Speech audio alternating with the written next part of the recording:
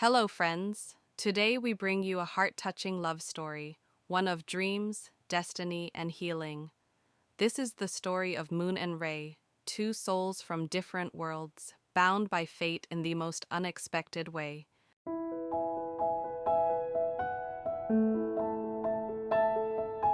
Some are born into legacy, others fight to create their own. This is the story of Moon, a woman determined to carve her own name in the world. Thy business family's girl Moon wants to be a model, independent, a name to be remembered, not for her father's legacy, but her father wants her to be in business world. Once evening, while she is returning home after practice, she was surrounded by a group of men gangsters, rough and menacing. They had ties to her father's business enemies, men who held grudges against her father's success. They hated the family, and Moon became the target of their anger. They are misbehaving her, but an unknown person came to save her life. She has no idea about the gangster, and it's her downfall. Moon again starting her life as before, but one day suddenly she got attracted again in the car, and she hospitalized. When Moon regained consciousness, she was in a sterile, white room. The scent of antiseptic filled her nose. Her body ached, her head was spinning, and panic clawed at her chest as he looked down. Her hand and leg were both in casts, and the reality hit her like a ton of bricks. Her modeling career was over. She could no longer dance and modeling she loved, the modeling that had been her escape, his dream. Her father arrived soon after, her face unreadable. "You don't have to worry, Moon. You'll come work with me. You'll be part of the family business now. It's time to stop running away." Moon recoiled, her heart filled with anger. As Moon lay in the hospital bed, she refused to let anyone help her. She rejected the painkillers, the therapists, and most of all, the medical staff. That's when Ray, a young doctor who had recently joined the hospital, came into her life. Ray was different from the doctors Moon had expected. He wasn't a seasoned, older physician with a stern attitude. Ray was young, earnest, with a soft smile that never seemed to leave his face. His innocence radiated, and despite Moon's resistance, Ray never gave up on her. But Moon was stubborn. She didn't want to heal. Every time Ray came to her room, Moon refused her treatment.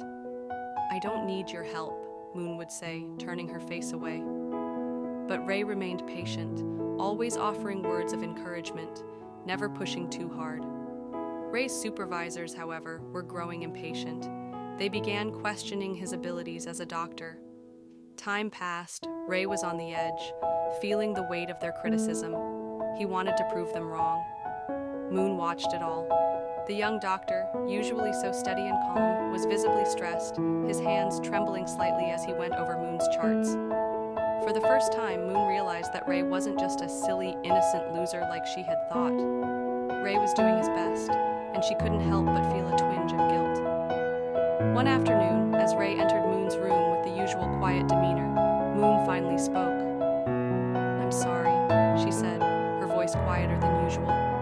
Ray looked up, surprised. "What for?" he asked. "I've been an asshole to you. You're trying to help me, and I've been pushing you away. I couldn't accept it. I didn't want this life, Doctor." "Ray." Ray's expression softened. "I understand. I won't force you. But you should know that healing isn't just about your body. It's also about accepting the things you can't control." Moon get touched by Ray's words. Moon stared at Ray for a long moment. Her words sunk in deeper than any treatment could. Ray was right. Healing wasn't just physical, it was emotional. It was accepting that the life he had dreamed of was gone, but that didn't mean she was destined for failure. "I'll let you treat me," Moon said, her voice full of resolve. "I'll do it. On one condition." Ray raised an eyebrow. "What's that?" "You stop letting them push you around," Moon said with a hint of a smile. "You're a good doctor. You don't have to prove anyone anymore." Then slowly she allowed Ray to help her heal, both physically and emotionally. Their bond grew, moving from doctor-patient to something more. Ray's innocence, his unwavering commitment, and his kindness started to change Moon's perspective. It was clear that Ray cared not just for her recovery, but for her as a person. As days passed, Moon began to open up. Treatment goes on, time passes. Ray was doing good in his jobs.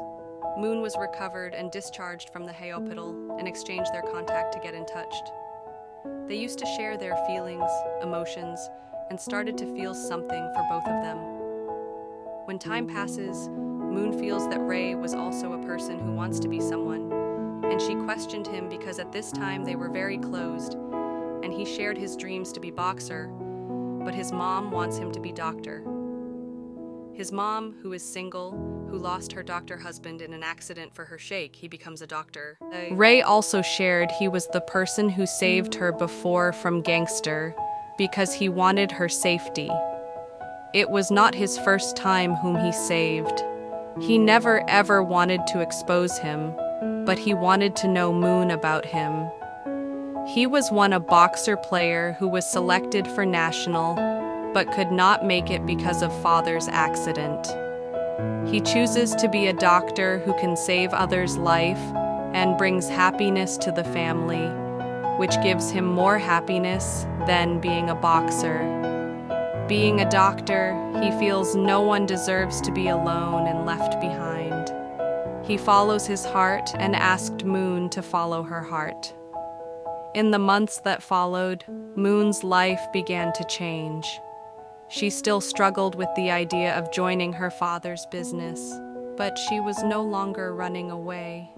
She was learning to find her own path, to create a future that wasn't defined by anyone else's expectations. Her relationship with Ray grew stronger, the two sharing more conversations about life, dreams, and what it meant to truly heal.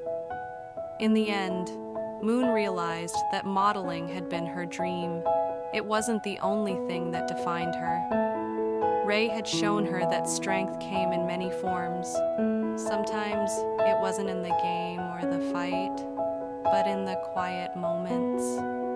And in finding herself, she discovered that success isn't about where you come from. It's about where you choose to go.